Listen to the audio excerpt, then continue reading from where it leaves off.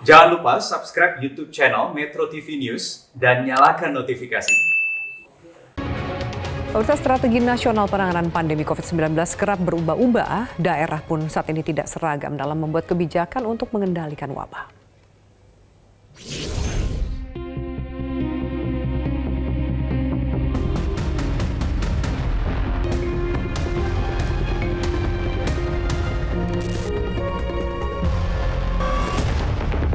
Hampir setahun pandemi COVID-19 bercokol di Indonesia. Pemerintah belum juga menemukan jurus yang jitu untuk mengendalikan penularan COVID-19. Kebijakan penanganan wabah sejak Maret tahun lalu pun terus berubah-ubah sehingga membingungkan masyarakat. Saat ini, pemerintah sedang menerapkan kebijakan pemberlakuan pembatasan kegiatan masyarakat atau PPKM untuk seluruh Jawa dan Bali. Kebijakan yang akan berakhir pada 8 Februari itu akan dilanjutkan dengan PPKM dengan lingkup berskala mikro dalam wilayah rukun tetangga dan rukun warga mulai tanggal 9 Februari. Arahan Bapak Presiden adalah pendekatannya berbasis mikro atau di tingkat lokal, mulai dari tingkat desa, kampung, RT, dan RW, dan melibatkan dari satgas, dari pusat sampai satgas terkecil. Meski sejumlah daerah masih menjalankan kebijakan PPKM, tiap daerah juga tidak seragam dalam menerapkan kebijakan pembatasan. Pemerintah Provinsi Jawa Tengah misalnya, mulai hari ini mereka menerapkan program Jateng di rumah saja. Kebijakan itu mengajak warga untuk berada di rumah pada akhir pekan. Berbeda dengan Jawa Tengah, pemerintah Kota Bogor mulai hari ini memberlakukan aturan ganjil genap plat nomor bagi semua kendaraan bermotor kecuali ambulans dan pemadam kebakaran di setiap akhir pekan. Wali Kota Bogor Bima Arya mengatakan, kebijakan ini diterapkan untuk menekan mobilitas warga. Lonjakan di Bogor ini ekstrim, ya. 2 minggu lalu masih di bawah 100. Kemarin sudah 168 per hari. Kita lihat datanya, nomor 1 klaster keluarga, nomor 2 karena mobilitas keluar kota atau keluar rumah gitu. Banyak klaster-klaster disebabkan karena ya aktivitas itu. Karena itu target kita selain menguatkan kapasitas testing, treatment, dan tracing, di sisi ini adalah untuk mengurangi mobilitas warga. Semaksimal mungkin dijaga. Epidemiolog dari Griffith University Diki Budiman mengatakan, kebijakan yang tidak seragam seperti itu bisa berdampak pada semakin habisnya sumber daya kesehatan di masing-masing daerah. Namun kebijakan itu tak berdampak pada pemutusan rantai penularan. Namun dalam pemilihan strategi harus berbasis sains dan dipilih strategi yang paling efektif dengan juga ongkos politik, ekonomi, sosial yang serendah mungkin. Dampaknya bisa signifikan, tapi juga beban penganggaran dan upaya yang dilakukan tidak memberi beban tambahan yang besar.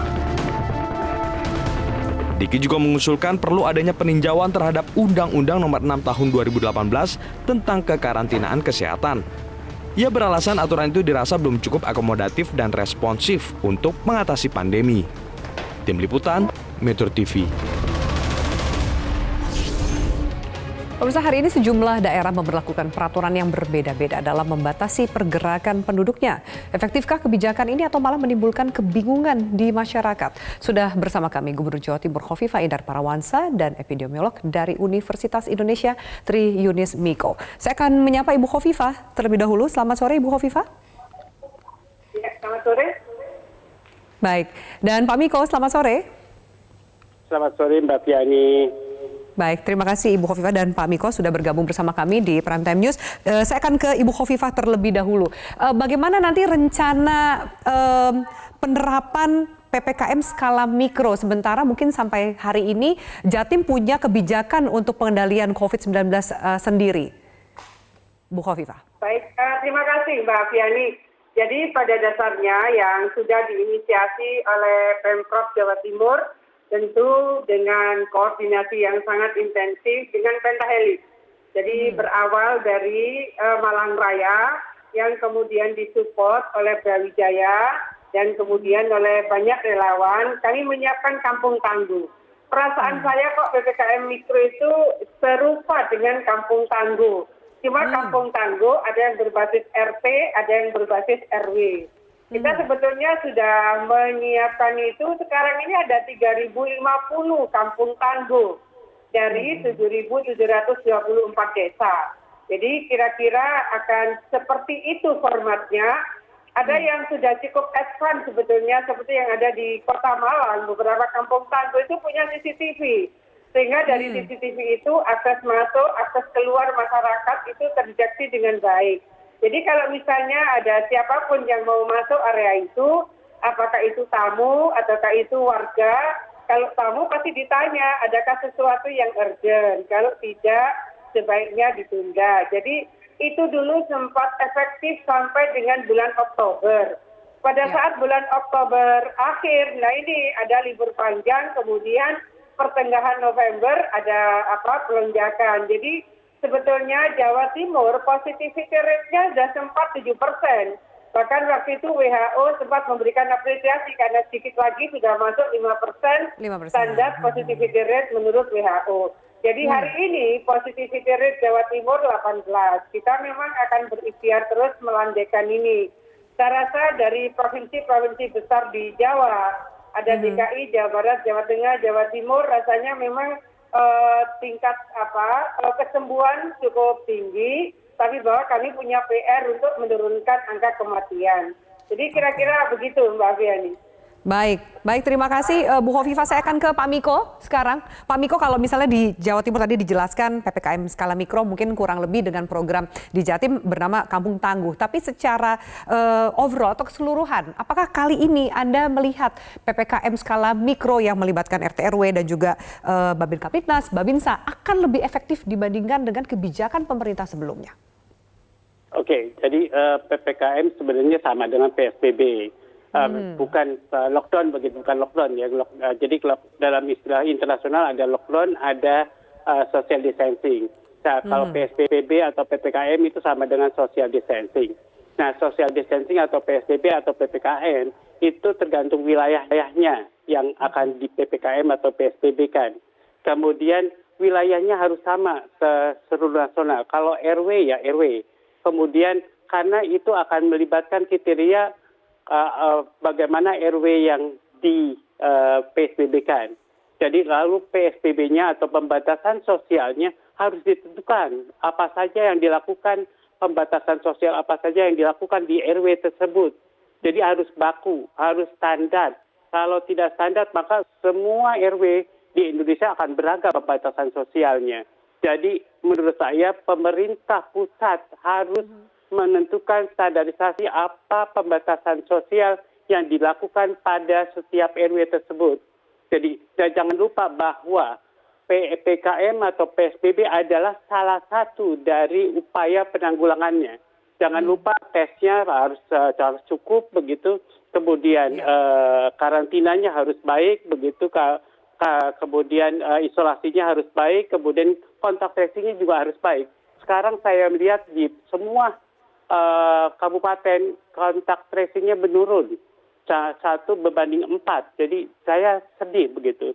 Karena kunci untuk melakukan PSBB adalah kontak tracing begitu. Kalau kita mau melakukan pembatasan sosial yang benar, kita harus tahu kasusnya di RW tersebut bertambah atau tetap atau berkurang, lalu apa yang menyebabkan dia tetap atau bertambah, lalu akan diputus dengan informasi dari kontak tracing begitu Mbak. Pak Miko, ini tinggal 3 hari lagi menuju tanggal 9 Februari pengefektifkan dari PPKM skala mikro. Standarisasi yang tadi Anda katakan dari pemerintah pusat turun ke daerah bahkan sampai diketahui oleh RT RW. Apakah menurut Anda sudah tersampaikan dengan baik? Pak Miko, nanti juga saya minta tanggapan atau experience dari Jawa Timur ya Bu Hovifah. Tapi Pak Miko silakan dijawab dulu. Oke. Saya pikir menurut saya ini pedomannya harus turun dulu, jangan diberlakukan dulu. Jadi pedomannya harus dibenahi, ya, sehingga kemudian kalau satu RW di PSBB kan, apa saja yang pembatasan sosial apa saja yang dilakukan. Jadi harus sama semuanya supaya efektivitasnya kemudian terukur begitu. Kalau tidak efektif provinsi atau kabupaten boleh menambahkan atau kota boleh menambahkan sesuatu di situ.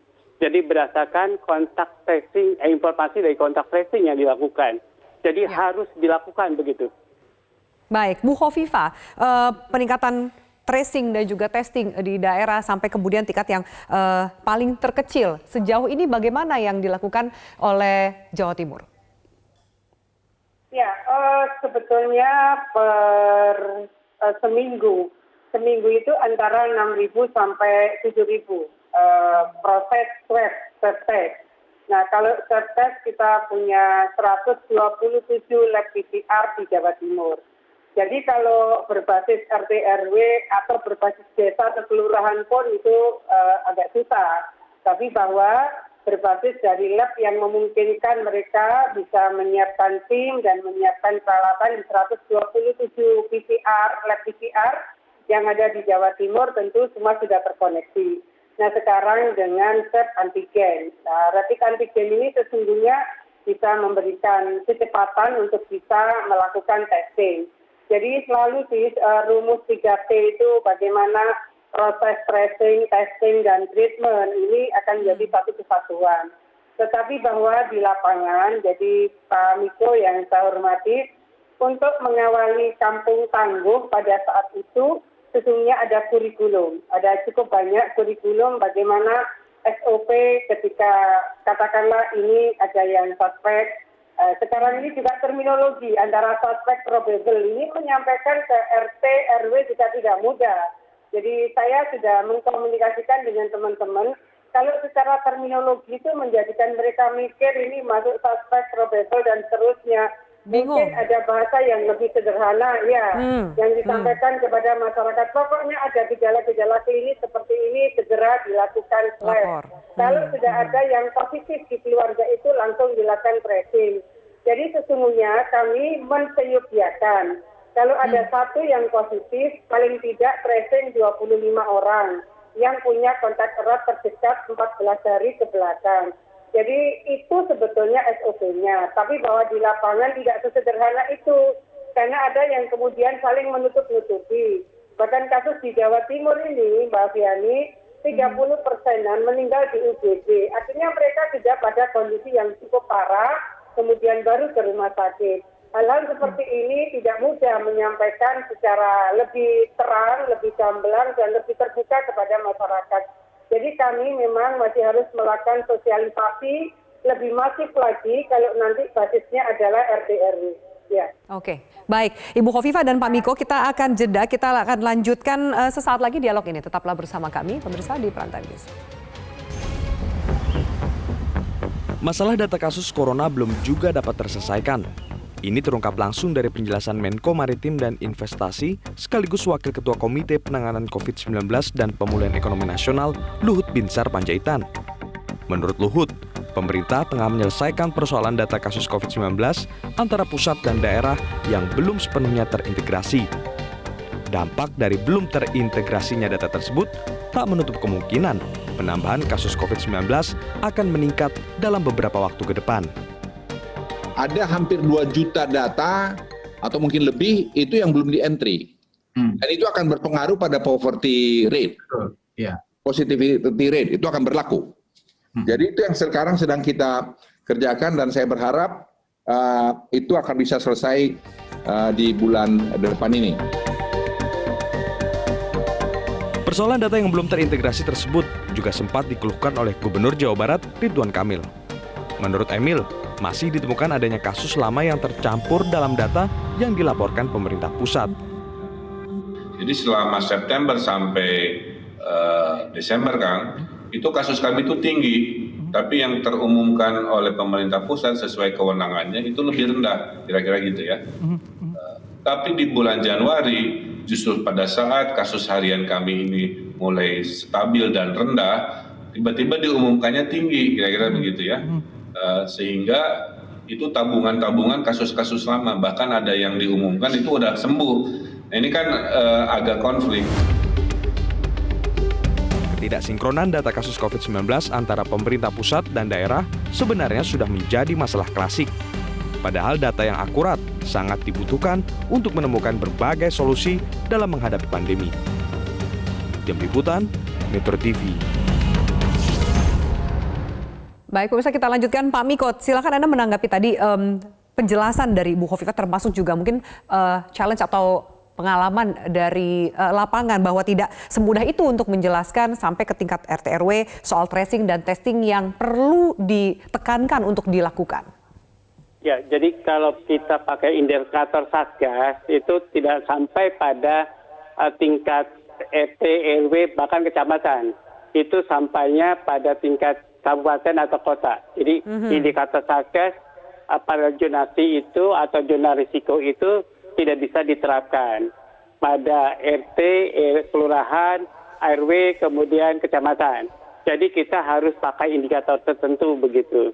Jangan dipakai indikator Satgas. Menurut saya harus pintar. Saya sudah menerapkan ini di Kabupaten Tawang, kemudian di Kota Bogor. Ini pun berbeda begitu. Apa contohnya, Pak Miko? Ya, jadi RW yang mau di PSBB kan RW yang seperti apa begitu? Yang ada kasusnya 1, yang ada kasusnya 2 atau lebih. Jadi di Karawang itu dua-duanya 1 dan 2 di PSBB kan begitu. Kalau di Bogor begitu dia hanya 1 aja sudah di PSBB kan dan dia merah.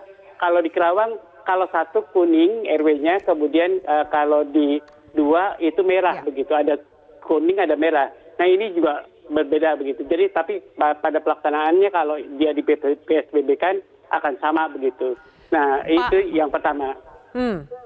Pak Miko, mohon maaf, saya potong sedikit ini bahwa kemudian ada gonta-ganti jurus dan istilah, PSBB, ketat dan longgar, PPKM, skala mikro dan lain-lain, termasuk juga setiap kepala daerah seperti Jawa Tengah punya istilah 2 hari di rumah, kemudian Kota Bogor menerapkan ganjil genap. Ini secara komunikasi publik akankah efektif atau justru akan membingungkan masyarakat sendiri, Pak Miko? Ya, jadi sebenarnya upaya penanggulangan COVID-19 mulai dari tes, kemudian karantina, kemudian isolasi, kemudian kontak tracing, kemudian pelayanan kesehatan, dan itu adalah PSBB atau social distancing. Itu adalah kalau udah banyak sekali kasusnya, kemudian harus dilakukan 2 ya secara internasional, lockdown atau social distancing. Nah, social distancing ini yang bahasanya banyak di Indonesia. Ada PSBB, ada PPKM, ada kemudian PSBM begitu, kemudian ada PSKS di Depok begitu. Itu sebenarnya sama semuanya untuk social distancing. Social distancing ada ringan, ada sedang, ada berat begitu. Nah, yang dilakukan di Jawa Tengah itu sebenarnya adalah PSBB ringan gitu. Itu himbauan saja begitu. Jadi hashtag di rumah saja di Jawa Tengah itu merupakan bukan PSBB tapi ringan. Hashtag di rumah saja, karena saya lihat di berita bahwa ada orang yang tetap berjalan dan tidak kena sanksi. Begitu ada sanksinya, nah dengan pembatasan sosial tertentu, maka itu bisa ringan ke arah sedang. Jadi itu kalau ada sanksinya. Kalau berat ya itu hampir sama dengan lockdown. Jadi PSBB berat adalah pembatasan sosial yang dilakukan untuk semua kecuali yang esensial. Kira-kira begitu. Baik, Bu Khofifah, kalau di Jawa Timur sendiri istilahnya akan tetap konsisten menggunakan satu istilah atau menyesuaikan dengan arahan pemerintah pusat atau juga berkoordinasi atau menyesuaikan dengan daerah-daerah lainnya, provinsi lainnya? Kita akan mengikuti arahan dari pemerintah. Cuma kalau misalnya kita seringkali sebetulnya daerah-daerah melakukan PSBM, pembatasan sosial berskala mikro. Itu bisa sub RT, bisa RT, bisa RW. Jadi tergantung pada skala kasusnya. Ini kan rencananya setiap RT kalau tidak ada kasus maka hijau. Kalau 25% maka kuning. Kalau 25-50 maka orange. Di atas 50% maka merah. Sebenarnya klasifikasi seperti ini insya Allah mudah disampaikan ke RT-RT. Tetapi soal terminologi suspek, probable, surveillance ini yang memang harus dikomunikasikan lagi. Kemudian aplikasi memang harus disiapkan supaya data yang diharapkan satu data itu relatif akan bisa mendekati tingkat presisi yang diharapkan. Jadi kita bisa membayangkan bahwa tidak semua RT punya kantor, tidak semua RW punya kantor. Jadi kalau misalnya basis datanya itu berbasis RT dan RW, barangkali memang harus ada supporting team. Supporting team itu kalau misalnya ada pendampingan dari kampus akan sangat bagus. Mungkin ada mahasiswa yang bisa sedang KKN gitu ditugaskan. Tetapi bahwa ini juga harus dijaga karena sama-sama harus menjaga social distancing atau physical distancing. Jadi memang kita menunggu SOP barangkali hari Senin supaya masing-masing kemudian bisa beradaptasi dengan local content dan kearifan-kearifan lokal. Local wisdom saya rasa bisa memberikan adaptasi yang lebih mudah dipahami oleh masyarakat. Ya. Baik. Termasuk pelibatan kesadaran masyarakat ya Ibu ya. Kita tunggu nanti hari Senin ya Bu ya. SOP-nya akan turun untuk PPKM skala mikro ini ya. Baik, Pak Miko, saya akan ke Anda. Soal kemudian yang ditegaskan kembali oleh Wakil Ketua Komite Penanganan COVID-19, Pak Luhut Binsar Panjaitan, soal agresif di testing dan tracing. Tidak semuanya daerah, termasuk juga daerah-daerah terpencil yang memiliki fasilitas lengkap. Apa yang perlu disiasati lebih jauh supaya datanya terintegrasi dan juga kebijaksanaan atau kebijakan yang diambil bisa menyesuaikan dengan kondisi di lapangan? Ya, jadi menurut saya kalau di Kerawang begitu, RW-nya itu tidak punya peta begitu. Jadi dia sulit untuk membuat peta RW. Jadi kalau di Bogor itu lengkap. Jadi peta RW-nya gampang dibuat. Nah, ini jadi susah kalau peta RW saja tidak susah dibuat begitu. Jadi untuk memerahkan RW saja, RW yang mana sebelah mana begitu.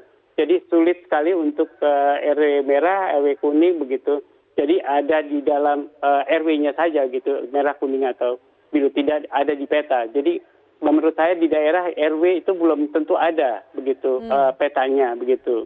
Jadi itu yang pertama. Yang kedua kemudian adalah datanya. Jadi tidak semua data di desa-desa lengkap begitu. Kemudian kalau kita mau mengatakan RW ini merah sekarang, kemudian pada waktu selanjutnya merah, datanya nggak jelas begitu kadang-kadang.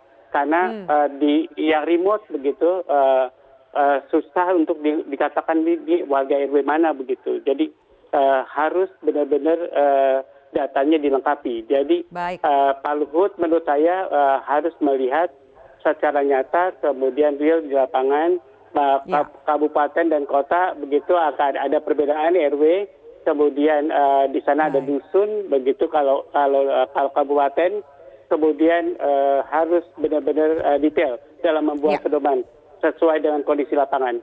Kira-kira begitu, Mbak. Terima kasih atas diskusinya, Pak Miko dan Ibu Khofifah. Kita harapkan nanti jurus PPKM skala mikro yang dimulai pada tanggal 9 Februari nanti bisa menjadi jurus yang lebih ampuh dan efektif untuk menekan angka penularan COVID-19. Terima kasih atas waktu dan keterangan Anda di Prime Time News.